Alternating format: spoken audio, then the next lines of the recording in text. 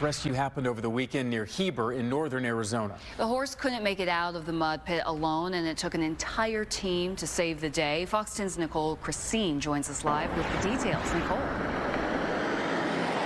Well, good evening, Ashley and Brian. It took 7 people over an hour to pull this helpless animal free, but after the successful recovery of the animal from the water, rescued and back with her baby, both man and beautiful beast have formed a special bond.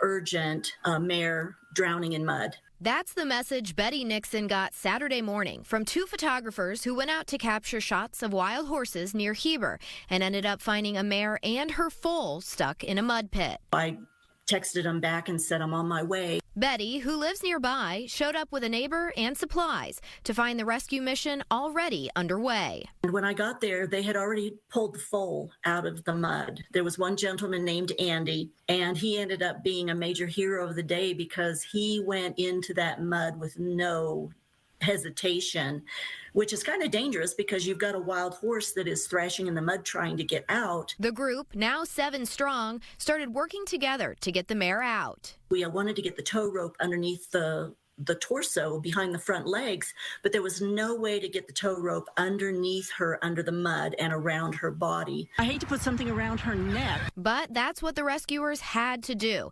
making sure to tie a knot and keeping the rope from choking the mare as it was pulled to safety. One of the photographers put her lunch bag underneath the mare's head to keep her head above the water because she kept going underwater. Betty says watering holes managed by the Forest Service are an ongoing issue, with another mare struggling in the same spot just this morning. When they get low and they get muddy, I just go out several times a day, at least 3 times a day, let's just say, and check them to make sure nothing's stuck in there. But no permits have been issued yet this year, so Betty is grateful the rescuers were able to act and act fast. I think time was of the essence because she was struggling and she was going under the mud and she was getting exhausted. I would have gone out, but I think it would have been too late. I think it would have been too late for this mare and foal. And Betty says that her team's work just was really impressive and saved this mare's life as well as the baby foal. She says that this group of people, they were strangers before this, but now they have their own special bond.